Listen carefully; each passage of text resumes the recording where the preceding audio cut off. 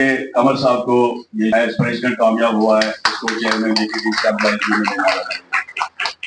जो कामयाब हुई है, जो लॉ नोइंग है, जो हमारे कॉर्पोरेशन के लिए, यूनियन के लिए अच्छा काम कर देंगे, उम्मीद रखेंगे कि भाई अपने ओहदे को ये कमर जी को सेशन जी कर रहे हैं।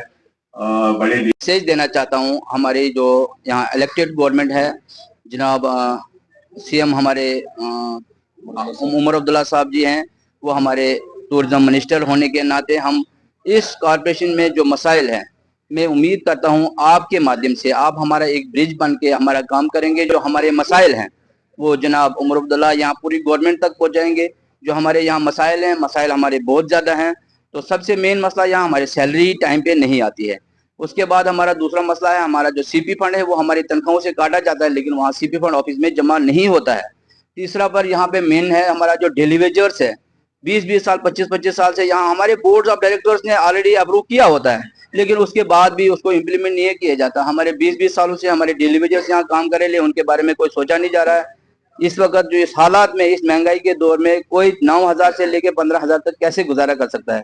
हम रेगुलर एम्प्लॉयज भी हमारे यहाँ पिछले 15 सालों से, हमारे 10 सालों या पिछले 15 साल से कोई डीपीसी नहीं हुए, जहाँ के जहाँ है वहीं हैं।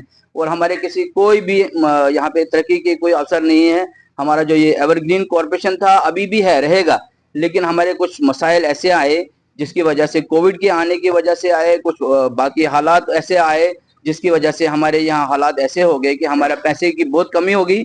उसके कारण हमें कुछ जो बेनिफिट्स हैं, हमारे जो रिटायरीज हैं, रिटायरीज यहाँ पे रिटायर होता है, हमारे पास कोई पेंशन का कोई बंदोबस्त है नहीं, लेकिन जो हमारे यहाँ रिटायरीज रिटायर हो रहे हैं उनको जाते वक्त खाली हाथ जाना पड़ता है। और खाली हाथ जाने के बाद भी उनको पिछले 5 सालों से कुछ लोगों को कुछ भी नहीं मिला है।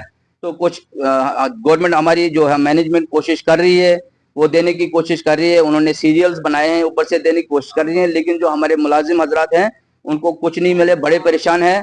तो उसके कारण बजट सपोर्ट हम गवर्नमेंट से गुजारिश करते हैं, क्योंकि हमारे जो एसेट्स थे वो हाईवे के कारण सारे वो बाईपास हो गए। उसके कारण में हमारे रेवेन्यू में ट्रेन सर्विस कश्मीर जाने से भी बड़ा फर्क पड़ गया।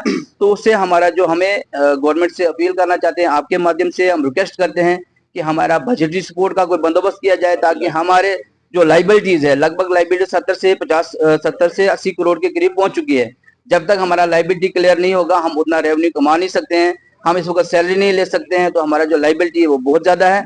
तो आपके माध्यम से हम गवर्नमेंट से एक बार फिर से अपील करना चाहते हैं। मेरे भी यहाँ पे जो आए हुए मेरे ये रिटायर्ड एम्प्लॉयज हैं, आप लोग जो ईजे के सारे जहाँ पे इतने बड़े बड़े लीडरान आए हैं, मैं आपका भी शुक्रिया करता हूँ। आप सभी लोगों का बहुत